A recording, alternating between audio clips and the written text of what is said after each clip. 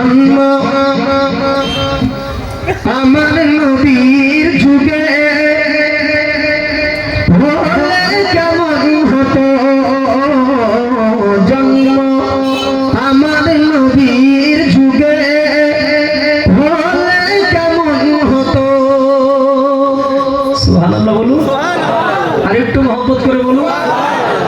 কি গো, সত্যি নবীর পিরিয়ডে যদি আমাদের জন্ম হতো, নবীর আমলের কথা বলছে, আমাদের নসিব তকদির কত চওড়া হতো আগে বলো। ভাষা নেই বোঝানোর কথা, ঠিক কিনা? বলবো কি করে?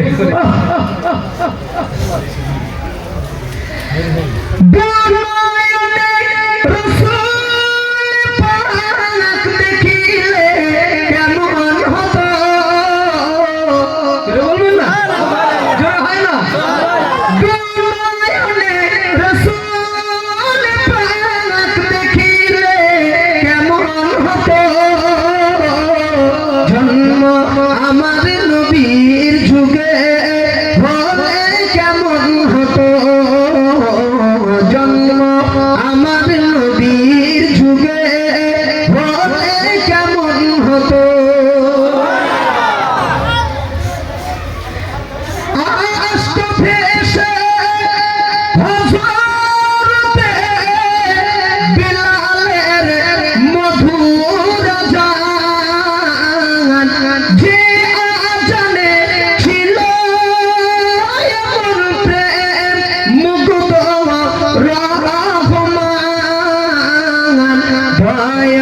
নবীর পিছে নামাজ পড়লে কেমন হতো, দয়ার নবীর পিছে নামাজ পড়লে কেমন হতো।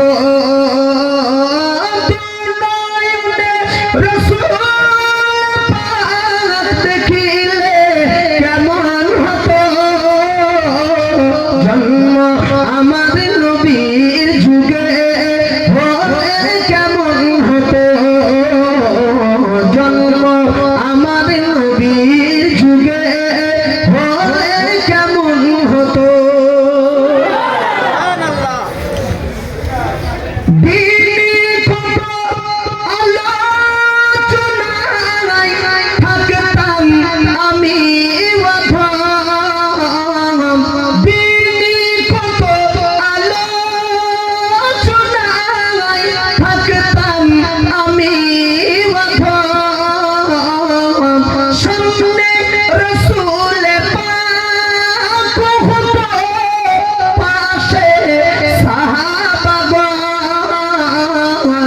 আবু বকর উসমান আলীর সঙ্গে কেমন হতো, আবু বকর উসমান আলীর সঙ্গে কেমন হতো। রাসূল পাক দেখিলে কেমন হতো, জন্ম আমার নবীর যুগে হলে কেমন হতো, জন্ম আমার নবীর যুগে হলে কেমন হতো। আল্লাহুম্মা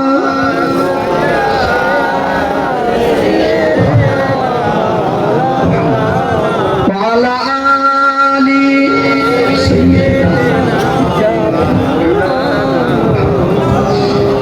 আলহামদুলিল্লাহ, উপস্থিত হাজিরানে মজলিস, মুআজ্জাজ মুহতারাম ওলামায়ে কেরাম, সম্মানিত আজকের জলসার মাহফিলের দোয়ার মজলিসের সুযোগ্য সভাপতি সাহেব, মসজিদের পেশ ইমাম সাহেব, সম্মুখ উপস্থিত দিন দরদি, ইসলাম দরদি, নামাজি মুসাল্লি ভাই ও বাবাজিরা, পর্দানশীন ধার্মিক স্নেহর মা ও বোনেরা, সর্বকে আল্লাহ পাক রব্বুল আলামিনের দরবারে অসংখ্য শুকরিয়া, যিনি আমাদের দুনিয়ার বিভিন্ন গুনার কাছ থেকে হেফাজত রেখে একটি দোয়ার মজলিস তৎসহ সারির মাহফিল বানিয়ে কোটি কোটি মানুষকে আল্লাহ এই মজলিসে আসা বসা শোনা বলার মতো সুবর্ণ সুযোগ আল্লাহ দান করেছেন। তাই দরবারে এলাহিতে কৃতজ্ঞতা স্বরূপ সকলেই একটিবার প্রাণ ভরে শুকরিয়া আদায় করি, বলুন আলহামদুলিল্লাহ।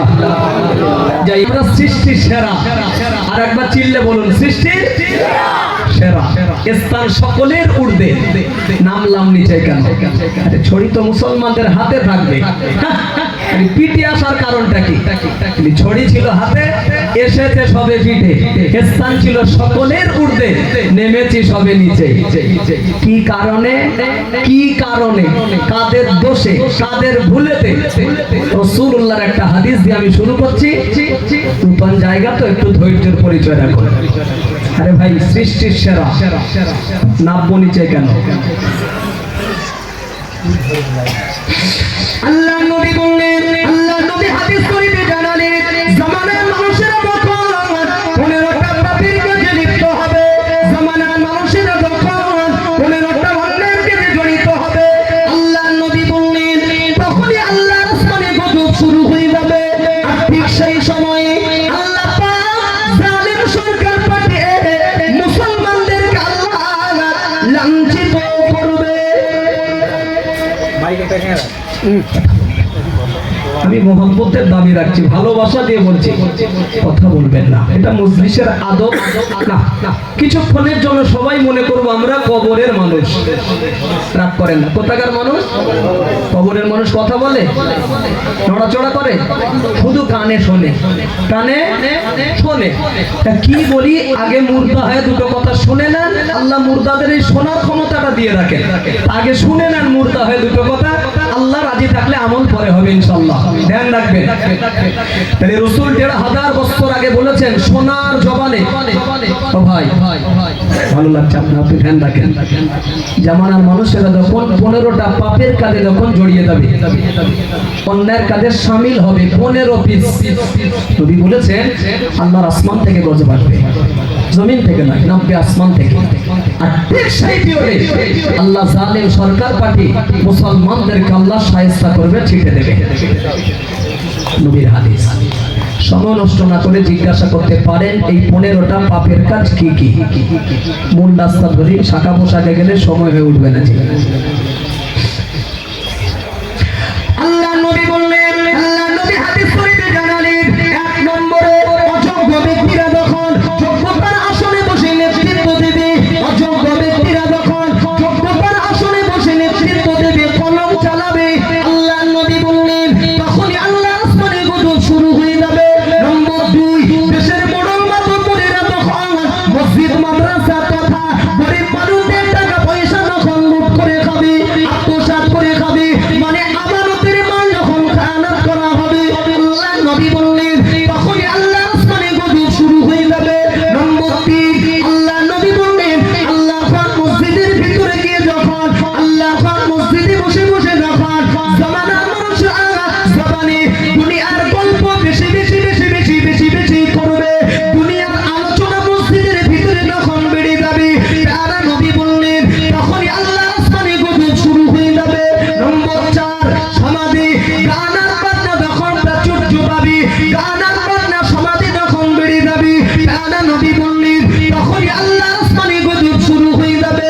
নম্বর 5, ধনী ব্যক্তিরা যখন যাকাত দেওয়াটা কি নিজেদের জন্য যখন জুলুম অত্যাচার বলে মনে করবে, ধনী ব্যক্তিরা যখন যাকাত দেওয়াটা কি নিজেদের জন্য যখন জুলুম বোঝা বলে মনে করবে, আল্লাহ নবী বললেন তখনই আল্লাহ আসমানি গজব শুরু হবে। বাম পাড়াতে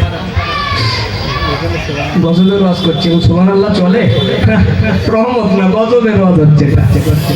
জি শোনেন, ধ্যান এবং ধৈর্য দুটোই যদি থাকে আপনাদের, ইনশাআল্লাহ উত্তর সঠিক পাবো। আমি কিন্তু 15 পিস বলিনি ভাই, কটা? মুরুব্বি ধ্যান আছে, আল্লাহ হায়াতে দারাজ করুন। কটা বাবজি বাকি? আচ্ছা, আপনার কোলে ছেড়ে দিচ্ছি, ওটা রেখে দিচ্ছি। কেন? সময় পাবো না, বলে তো ফেলেছি শুরু থেকে 5টা, আরো 10টা কথা বলে কি করব? আল্লাহ যদি তৌফিক দেয় না, আর বলা যদি শুরু করি টুকটুক টুকটুক করে এই 5টা পয়েন্টের উপরে জায়গায় বসে যদি কথাগুলো শুনতে থাকেন, কিছু কম বেশি এই 5টা পয়েন্টের উপরে 2-5 ঘন্টার ওয়াজ আছে, তাহলে আরো যে 10টা কথা রাখবো, তার উপরে কথা না বাড়ালে, বক্তব্য না করলে বুঝে আসবে না। এজন্য শুরু থেকে 5টা পয়েন্ট আমি বলে ফেলেছি, মাথার এখনো গোটা 10 বাকি রেখে দিলাম। এই 5টা পয়েন্টের উপরে টুকটুক করে কিছু কথা বলা যাক, সময় যদি পাই দেখা যাবে আরো মাথার 10টা কথা বলেছে। শুরু থেকে 5, তার ভিতরে নম্বর 1, ধ্যান রাখবেন কিন্তু আমি সাবজেক্টের ভিতরে কথা বলতে খুবই ভালোবাসি, এটা আমার নীতি মনে করতে পারে। আমি লাফানো ওয়াজ করিনি আর শিখিনি, ইনশাআল্লাহ সাবজেক্টের উপরেই বক্তব্য চলবে। বাবু নবী বলেছেন 5টার ভিতরে প্রথম পয়েন্ট, অযোগ্য ব্যক্তিরা যখন যোগ্যতার আসনে বসবে, নেতৃত্ব দেবে, কলম নাড়াবে যখন, নবী বলেছেন খালা উপর থেকে শুরু হবে। ঠিক আছে তো, রাগ করবেন না, জোরে জোরে উত্তর দেবেন কিন্তু ভালো লাগবে আপনাদের। শোনেন, নবী যে বললেন অযোগ্য যারা, মূর্খ যারা বসবে এই চেয়ারে, নেতৃত্ব দেবে, এমন একটা সময় আসবে আসমান থেকে গজব আসবে। নবীর বাণী, নবীর কথা, এই কথাটা শোনার পরে নদিয়া জেলার মাটি আমার তুলনায় আপনি ভালো জানবেন এলাকার হালাতটা কি। সত্য রেজাল্ট যেটা সেটাই দেবেন, মিথ্যা বলার দরকার নেই। নবীর এই কথার উপরে তথা এই পয়েন্টের উপরে সমাজে কাজ বেঁধেছে কি? কিছু বলেন না আপনারা, মিল হয়েছে কি? চেপে যান, ভয় পাচ্ছেন আপনারা, জানি। শোনেন, এই উত্তরটা জুড়ে দেন, এটা আমি ভালোবেসে বলছি। রাসূল 1500 বছর আগে সোনার জবানে নবী যে কথাগুলো বলে গিয়েছেন, যেমন একটা সময় বা পিরিয়ড আসবে, এই জিনিসগুলো ঘটবে। নবী যা বলে গিয়েছেন এতদিন পূর্বে, আমার নবীর কথাগুলো সত্য হবে না মিথ্যা হবে? আর এটা তো বলতে ভয় নেই, একসাথে জোরে বলুন, সত্য না মিথ্যা? সত্য হবে। কত পার্সেন্ট? আলহামদুলিল্লাহ, আলহামদুলিল্লাহ। এইবারে আপনাদের ধোলাই করতে একটু সুবিধা হবে। কেন জানেন? একটু আগেই যখন বললাম নবীর কথাটা মিলেছে সমাজের না মিলিনি, চুপচাপ বসে আছেন, মানে ভয় পাচ্ছেন। এই কথাটা বললেন কি করে? ঠিক, নবী যা বলেছেন সত্য হবে নবীর কথা, এবং 100% আপনি বলেছেন পা মজবুত করুন, আপনার পা যেন স্লিপ না খেয়ে দেয়, শক্ত হন। বাকি ওয়াজ আমি শুরু করছি। তো যার কথা সত্য হবে আপনি বললেন 100%, সেই নবীর কথা, আমার কথা নয়। অযোগ্য যারা, মূর্খ যারা বসবে এই চেয়ারে, কলম নাড়াবে যখন, আসমান থেকে গজব আসবে। বিশ্ব জুড়ে এখন মূর্খদের রাজত্ব শুরু হয়েছে ভাই। কাদের বললাম? জ্ঞানী মানুষের হাতে পেন থাকবে না, নবী বলেছেন, আমার কথা নয়। কেড়ে যখন দখল করবে সব মূর্খরা, খোদার গজব নেমে আসবে। শোনেন, আপনারা যদি কষ্ট পান আমি একটু ভাগিদার হচ্ছি। যে পিরিয়ডে একজন অজ্ঞ বক্তা, মূর্খ বক্তা নবিয়ানা মেম্বারে বসে যখন বক্তব্য রাখবে, ওয়াজ করবে, আর কোন একজন জ্ঞানী মানুষ, বিজ্ঞ মানুষ যখন এই চটের কোনায় বসে তার বক্তব্য শ্রবণ করবে, খেলা শুরু। খেলা নবীর কথা অনুপাতে জ্ঞানী মানুষের স্থান ভাই একটু উপরে, উপর থেকে যখন নিচে নামানো হবে, আর নিচের থেকে যখন লাফিয়ে ঠেলে উপরে উঠবে, শুরু হবে খোদার গজব। কত একটা জিজ্ঞাসা করি দেখি নদিয়া জেলায় এসে, আমি জানি অনেকেই মাদ্রাসার চৌকাঠ পার হননি, এরপরে প্রশ্ন শেষ, মাদ্রাসায় যাওয়া লাগবে না, মুফতি হয়ে ফতোয়া দিতে পারবে ইনশাআল্লাহ। ভাই, অন্ধ ব্যক্তির হাতে যদি গাড়ির স্টিয়ারিং ধরিয়ে দেওয়া যায়, অন্ধ ব্যক্তির হাতে, এই গাড়ি রাস্তায় চলবে না খানায় পড়বে? জি জি, খানায় পড়বে। তাহলে গাড়ি চালাতে গেলে চোখ দুটো ভালো থাকার দরকার আছে। তুমি অন্ধ ব্যক্তি কি গাড়ি চালাবে? আরে তুমি তো চোখে দেখতে পাও না, তুমি যাত্রী বহন করবে কি করে? চলো চলো চলো, রাগ করবেন না। দুটো কথা আপনি মনে রাখুন। এবার ওয়াজ আমি ফুল গতিতে শুরু করছি। এক, নবী যা বলেছেন সত্য হবে 100%, আপনি বললেন। দুই, অন্ধ ব্যক্তির হাতে গাড়ির স্টিয়ারিং দিলে এই গাড়ি রাস্তায় পড়বে খালে, কারণ চোখে বন্ধ। পয়েন্ট রেখেছি 5টা। প্রথম পয়েন্টের উপরে আমি আলোচনা শুরু করছি। তবে এই বক্তব্য শুরু করার আগে কোরআন হাদিসের বাইরে আধা মিনিটের জন্য সময় চেয়ে নিয়ে নিজস্ব একটা কথা বলে নিচ্ছি। ভাই, এই বক্তব্য ধারা আমার যেদিকে, মানে কোরআনের আয়াত যা পড়েছি এবং বাস্তবের সঙ্গে যদি মিলিয়ে আমি কথা রাখি, এই ওয়াজটা কিন্তু একটা নুন জাতীয় ওয়াজ। কি বললাম? নুন, একদম টাটকা নুন। স্টেজ থেকে নুন মুঠো মেরে মজলিসে ছিটিয়ে দেবো। ধানে যেমন সার ছিটায় না, বলুন বলুন, তবে সার যাবে না, এটা নুন যাবে। যাতে হয়ে কাটা নেই, ছেলা নেই, দাগ নেই, মুষ্টখানেক নয়। যদি কুইন্টাল কুইন্টাল ছড়িয়ে দিয়ে যায়, বস্তা কি বস্তা অবস্থা, কিচ্ছু হবে না। কেন? দেহ সুস্থ। ভাই একটু কাটা ফেলার দাগ যদি থাকে, বস্তা কুইন্টাল লাগবে না, মুষ্ঠখানেক ছড়িয়ে দিয়েই কেটে পড়বো, ইনশাল্লাহ যথেষ্ট। যদি একান্ত এই নুন আপনার কাটা জায়গায় পড়ে যায়, আমি তো আর জানি না, যদি থাকে, যদি পড়ে, চিটচিট জ্বালা যদি শুরু হয়ে যায় না, চট করে যেন আমার উপর রেগে যাবেন না আপনি। কেন? ক্ষমা চেয়েই বলছি ভাই, আমি একজন ঘোষক, আমি একজন প্রচারক, আমি একজন জেরক্স, আমি একজন কপি, যেটাই মনে করবেন সেটাই। আসল কিন্তু শুয়ে আছে সুদূর মদিনায়। সুবহানাল্লাহ। এখন আসল শুয়ে কোথায়? সুদূর মদিনায়। নবী পাকের বাণীগুলো, কথাগুলো পিওন হিসাবে আমি জেরক্স করে শুধু দক্ষিণ 24 পরগনার শেষ প্রান্ত থেকে নদিয়া জেলার মাটিতে আমি বিতরণ করতে এসেছি। আমি পিওন, কথাগুলো কিন্তু আমার নয়। ঠিক আছে তো ভাই? এই মেমোরি সবার ঠিক নেই। গোড়া বেঁধে লাগা ভালো ভাই, আমি কেউ না, মনে রাখবে। নবীর কথা শোনাচ্ছি, পয়েন্ট রেখেছি 5। প্রথম পয়েন্টের উপরে আলোচনা শুরু করছি।